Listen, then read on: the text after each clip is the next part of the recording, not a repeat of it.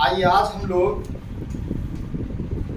कोशिका के बारे में पढ़े हुए इससे पहले वाले क्लास में आज हम लोग कोशिका के कोशिका द्रव्य में कई प्रकार के कोशिकांग पाए जाते हैं। उनमें एक कोशिकांग का नाम है लवक, जिसे इंग्लिश में प्लास्टिडस के नाम से जाना जाता है। लवक क्या है? तो यह पादप कोशिकाओं में पाए जाने वाला एक कोशिका अंगक है जो दोहरी झिल्ली से घिरी हुई होती है।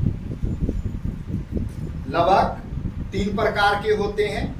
तीनों का नाम क्लियरली रूप से लिखा गया हुआ है। एक श्वेत लवक होता है। श्वेत लवक को हम लोग अवर्णी लवक के भी नाम से जानते हैं। इसे इंग्लिश में ल्यूकोप्लास्ट कहा जाता है। अवर्णी लवक या श्वेत लवक को क्या कहा जाता है? ल्यूकोप्लास्ट। दूसरा आता है आपका रंगीन लवक। रंगीन लवक को वर्णी लवक कहा जाता है। वर्ण का मतलब होता है कलर। जो रंग होता है, रंग को ही हम लोग वर्ण के नाम से जानते हैं, इसीलिए इसका नाम पड़ गया है वर्णी लवक या रंगीन लवक। इसका इंग्लिश नाम क्रोमोप्लास्ट होता है। क्रोमोप्लास्ट। तीसरा आपका हरित लवक है। हरित लवक को क्लोरोप्लास्ट के नाम से जाना जाता है। इसके नाम से क्लोरोप्लास्ट के नाम से जाना जाता है। ये तीनों प्रकार के लवक होते हैं जो एक कोशिका के कोशिका द्रव्य में स्थित होते हैं।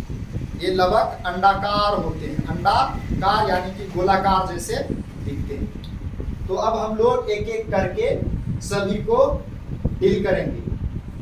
पहला लिखा गया है आपका श्वेत लवक। श्वेत लवक नाम से ही पता चल रहा है कि ये रंगहीन है, यानी कि इसमें अलग अलग प्रकार का कलर नहीं पाया जाता। ये केवल और केवल श्वेत होता है और इसे इसलिए रंगहीन भी कहा जाता है। तो रंगहीन वर्णक होने के कारण हम लोग अपने आसपास में यह देखा करते हैं, जो पेड़ पौधा होते हैं उसका फूल भिन्न भिन्न कलरों का होता है।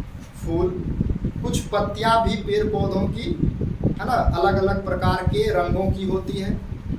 पेड़ पौधों की फल को हम लोग देखते हैं। फल कैसा होता है? अलग अलग प्रकार का। पहले कैसा होता है? हरा कलर का शुरू में, लेकिन पकने के बाद सभी प्रकार के फल अलग अलग रंगों के हो जाते हैं। जैसे टमाटर, टमाटर लाल रंग का होता है। उसी तरीके से हम लोग नारंगी देखते हैं। नारंगी है ना, नारंगी कलर का होता है। उसी तरीके से हम लोग गाजर देखते हैं। गाजर भी हल्का लाल कलर का होता है, रंगों का होता है। उसी तरीके से हम लोग बहुत सारे फल को देखते हैं। सेब को देखते हैं। सेब का ऊपरी वाला भाग कैसा हो जाता है? पूरा लाल टाइप का हो जाता है ना। तो ये सभी रंग कहाँ से आते हैं? या कोई भी फल पकने के बाद है ना अलग अलग रंग के कैसे हो जाते हैं? सभी फल, जैसे केला, केला भी कैसा होता है? कच्चा हरा ही होता है, लेकिन पकने के बाद पीला हो जाता है। ऐसा कैसे हो पाता? या कोई भी फल हो है ना, पकने के बाद अलग अलग रंगों में उभर जाता है, चमकने लगता है। टमाटर भी हरा कलर का ही होता है, लेकिन वो पकने के बाद लाल कलर का दिखने लगता है। बहुत सारी फूलें होती हैं पेड़ पौधों में है ना, तो वे सभी फूलें भी अलग अलग प्रकार का रंगों का होता है। जैसे कि हम लोग देखते हैं ना, सूरजमुखी का फूल वो पूरा पीला होता है। गुलाब का फूल पूरा गुलाबी प्रकार का होता है। हम लोग जामुन भी देखे हैं। जामुन कच्चा हरा होता है, लेकिन पकने के बाद है ना काला प्रकार का हो जाता है ना। एक तरीके से कह सकते हैं वो काला ही दिखता है, जामुन ही कह सकते हैं हम लोग। तो ये सभी रंग कैसे आ पाता है? तो इसी रंगीन लवक के कारण, इसीलिए बताया गया है कि इसमें भिन्न भिन्न प्रकार के है ना रंगीन वर्णक पाए जाते हैं। और इन्हीं वर्णों, इसी वर्णक के कारण जो पेड़ पौधों के फूल हैं, पत्तियां हैं और फल हैं, वो अलग अलग प्रकार के रंगों के होते हैं। जैसे यहाँ पर बताया गया है गाजर, गाजर में कैरोटीन वर्णक पाया जाता है और इसी कैरोटीन वर्णक के कारण ही गाजर का रंग लाल दिखता है। उसी प्रकार से आगे दिखाया गया चुकंदर, इसमें बीटानीन वर्णक पाया जाता है। कौन सा? बीटानीन। और इसी बीटानीन वर्णक के कारण चुकंदर का रंग है ना हल्का लाल प्रकार का होता है, उसमें गुलाबी मिक्स हो जाता है, पूरा लाल नहीं होता। जैसे रक्त कैसा होता है? लाल होता है ना, लेकिन चुकंदर का रंग पूरा लाल नहीं होता, वो उसमें गुलाबी रंग मिला हुआ होता है। ठीक है। उसी तरीके से आगे बताया गया टमाटर में लाइकोपेन वर्णक पाया जाता है, लाइकोपेन, और उसका रंग लाल लाल होता है, इसीलिए हर एक प्रकार का टमाटर पकने के उपरांत लाल लाल दिखता है। एक और आपका जेंथोफिल वर्णक है, ये पीला कलर का होता है। कोई भी फल पकने के बाद जो पीला होता है वो इन्हीं वर्णक के कारण होता है, जेंथोफिल वर्णक, और फिर कैरोटीन वर्णक के कारण लाल प्रकार का आ जाता होगा। उसी तरीके से टमाटर, लाइकोपेन, चुकंदर, बीटानीन वर्णक के कारण उसमें अलग अलग प्रकार का रंग हो जाता है। उसी तरीके से पत्तियों में भी ये ही सब वर्णक पाया जाता है, जिसके कारण पत्तियों का भी रंग कभी कभी अलग अलग प्रकार का होता है। कुछ फूल का रंग, फूल वाला जो पौधा होता है उसका पत्ती भी देखिएगा अलग अलग प्रकार का होता, कलर का होता है। और जितने भी फूले हैं वे सभी फूल आपका कैसा होता, अलग अलग प्रकार के रंगों का होता है, उनमें इसी प्रकार का वर्णक पाया जाता है। इन्हीं वर्णक के कारण जो लाल साग हम लोग देखे, एक हरा साग होता है, तो हरा साग में किसी भी प्रकार का रंगीन वर्णक नहीं पाया जाता। ठीक। और जो लाल साग होता है, लाल साग में इसी प्रकार का वर्णक के कारण उसका तना भी ना लाल रंग का दिखता है और पत्ती भी लाल रंग का दिखने लगता है।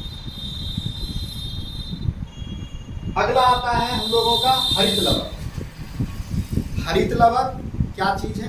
तो हरित लवक एक गोलाकार, यानी कि लवक के अंदर में ही एक गोलाकार संरचना के रूप में रहता है, अंडाकार संरचना के रूप में इसी प्रकार का होता है। ये हरित लवक का संरचना। तो हरित लवक का संरचना भी अंडाकार के आकार का होता है। तो ये अंडाकार आकार होने के कारण इसमें आगे बताया गया है, इसके अंदर में एक हरे रंग का वर्णक पाया जाता है।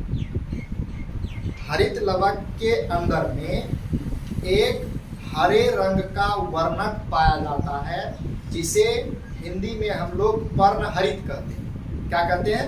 पर्णहरित। और इंग्लिश में क्लोरोफिल के नाम से जाना जाता है। किसके नाम से? क्लोरोफिल। इसी क्लोरोफिल के उपस्थिति के कारण हमारे आसपास में जितने भी प्रकार का पौधा देखते हैं या पेड़ देखते हैं वो हरा दिखता है। तो कभी ऐसा सोचे हैं आप लोग कि हरा क्यों दिखता है पेड़ पौधा? जितना भी ज़्यादा अधिकतर पेड़ पौधा जो भी हम लोग देखते हैं, चाहे वो आम का देखते हो, लीची का देखते हो, कटहल का देखते हो, या फिर मकई का पौधा देखें, या अन्य किसी भी प्रकार का पेड़ पौधा देखें, वो हरा दिखता है। इसका प्रमुख कारण यही है कि हर एक प्रकार के पेड़ पौधा की कोशिकाओं में एक हरित लवक पाया जाता है, और हरित लवक में क्या होता है? पर्णहरित वर्णक पाया जाता है, यानी कि क्लोरोफिल पाया जाता है। इसी के उपस्थिति के कारण सभी प्रकार के पेड़ पौधों की पत्तियों का रंग हरा होता है। ये क्लोरोफिल पेड़ पत्तियों में होने के कारण प्रकाश संश्लेषण की क्रिया होती है। हम लोग यह भी जानते हैं कि पेड़ पौधा हम लोगों से कभी भोजन मांगने नहीं आता।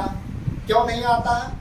क्योंकि वो अपना पेट अपने से भर लेता है, यानी कि अपना भोजन स्वयं बना लेता है। तो वो अपना भोजन स्वयं कैसे बना पाता है? ये जो क्लोरोफिल वर्णक है, इसका काम है, क्या काम है? जो सूरज की रोशनी होती है, प्रकाश की किरण, उसको वो पकड़ने का काम करता है, रखने, जो उसका ऊर्जा आता है प्रकाश का, उसको रख लेता है और वातावरण से क्या करता है? कार्बन डाइऑक्साइड ले लेता है और मिट्टी से जल लेकर के प्रकाश संश्लेषण क्रिया के द्वारा अपना भोजन तैयार करता है। तो प्रकाश संश्लेषण क्रिया के द्वारा जो पेड़ पौधा अपना भोजन तैयार कर रहा है उसमें क्लोरोफिल का बहुत ही महत्वपूर्ण योगदान है। अगर क्लोरोफिल नहीं होगा तो वो अपना भोजन नहीं बना। कोई दिक्कत है यहाँ तक? आगे दिखाया गया है कि जो आपका हरित लवक है, हरित लवक में जो क्लोरोफिल पाया गया, उस क्लोरोफिल में मैग्नीशियम पाया जाता है। हम लोग क्या जानते हैं, मैग्नीशियम एक प्रकार का एलिमेंट है, तत्व है ना। जैसे कि लोहा को हम लोग जान रहे हैं, वो भी एक प्रकार का एलिमेंट है। उसी प्रकार का मैग्नीशियम तत्व क्लोरोफिल में पाया जाता है। तो हम लोग एक हरित लवक का यहाँ पर संरचना बनाए हुए हैं। तो इस हरित लवक में हम लोग क्या देख पा रहे हैं, यहाँ पर ये दोहरी झिल्ली से घिरा हुआ। ये आपका एक झिल्ली है और ये दूसरा झिल्ली, इसीलिए बताया गया ये हरित लवक का आवरण है जो दोहरी झिल्ली से घिरा हुआ। हरित लवक के अंदर वाले भाग को, ये जो अंदर वाला भाग है यानी कि मैट्रिक्स, इसको हम लोग इंग्लिश में कह सकते हैं, इसमें कई प्रकार का उपापचय पदार्थ भरा होता है। यहाँ पर कुछ ही दिखाया गया है, ठीक। तो इसी वाले अंदर वाले भाग को हम लोग एस्ट्रोमा के नाम से जानते हैं। किसके नाम से? एस्ट्रोमा। एस्ट्रोमा के अंदर एक प्रकार का ग्रेना पाया जाता है। ग्रेना क्या चीज है? तो कुछ थैलियां होती है उसके अंदर, और वो थैलियां एक के ऊपर एक है ना, चिपटा के रूप में, है ना, आकार के रूप ले लेता है, जैसे कि यहाँ पर दिखाया गया। यही आपका ग्रेना, ये जो आपका थैली है चट्टे के रूप में एक के ऊपर एक सीढ़ी के ऊपर में चढ़ जाता है, सीढ़ी के तरीके से। और ये जो आपका हरित लवक की संरचना है, इस हरित लवक की संरचना में खुद का राइबोसोम पाया जाता है। क्या पाया जाता है? खुद का राइबोसोम। राइबोसोम एक, इसके बारे में भी हम लोग, यह भी एक प्रकार का कोशिका अंगक है, इसके बारे में भी हम लोग नेक्स्ट डे पढ़ेंगे।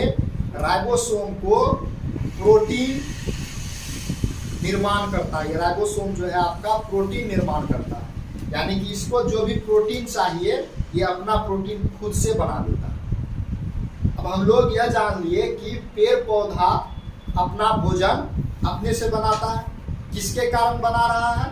तो क्लोरोफिल के कारण बना रहा है, यानी कि हरित लवक के कारण। तो हरित लवक को कोशिकाओं का रसोई घर कहा जाता है, क्योंकि वो अपना भोजन अपने से बना रहा है। जहाँ भोजन बनता है हम लोग क्या करते हैं? रसोई घर।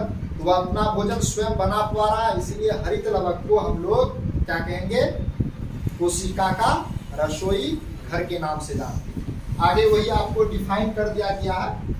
ग्रेना ये चपटी थैलियां होती है, और स्ट्रोमा लवक झिल्ली के अंदर वाले भाग को कहा जाता है। ये जो हरित लवक है इसके अंदर वाले भाग को स्ट्रोमा कहते हैं, और इसमें स्वयं का राइबोसोम पाया जाता है।